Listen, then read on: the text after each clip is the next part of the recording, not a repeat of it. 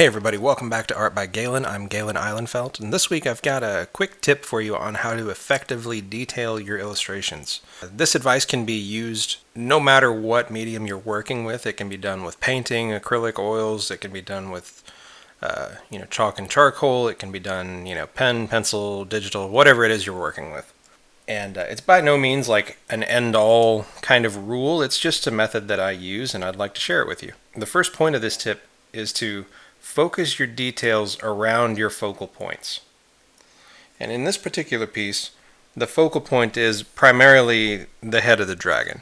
You'll notice that the head has the most details in it. So if we zoom in on it, you can really see what's going on in here. You can see all the little lines around the scales, the detail around the eye, all these tiny little things happening, the sharpness of the teeth.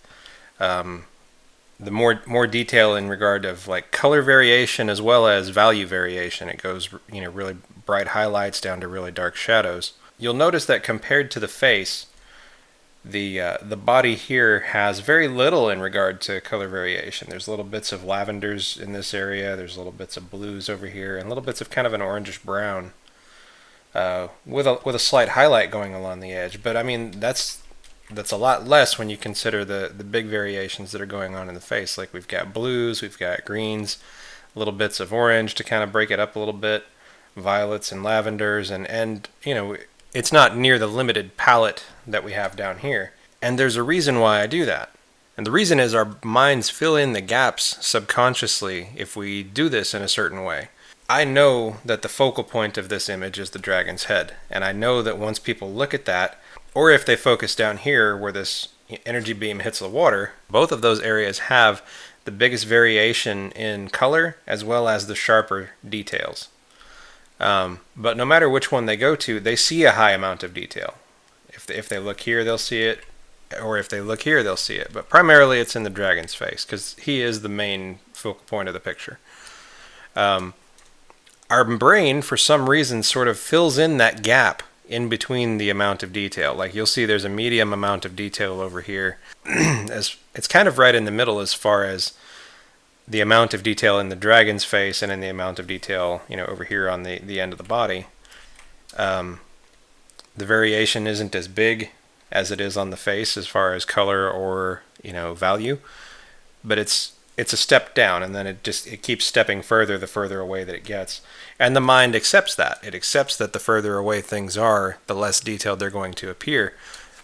That way you don't get bogged down trying to do this heavy amount of detail all over your image. And that's not to say that that's bad if that is something that you do, but this is just an effective way of applying it to illustration. Another thing to consider is you can get away with less detail in darker areas. That's another way that our minds fill in the gap as far as details go. So an example is if you look at this dark area of the body on the snake, if you look at this dark area of the body on the dragon, that's the darkest areas apart from these little bits back here. But they do have far less detail. Let's look at it really closely. The body here, we've got lots of little details and stuff where the light's coming in, but as we get in here, you can still see some of my original sketch lines and everything. It's very rough, it's very loose. When you're looking at it at, normal size, your brain is okay with that. It fills in the gaps. I realize this is the second time I've used this image for a tutorial, but I felt that it was a good example of this particular tip, and so I wanted to show you again. And I also wanted to show you the finished product of this image. Anyway, I hope you enjoyed today's topic. I hope it helps you out in some way. And if you have any other tips or comments or thoughts that apply to this subject, feel free to let me know down in the comments and share them with us. As of today, my new upload days are going to be on Fridays instead of Thursdays.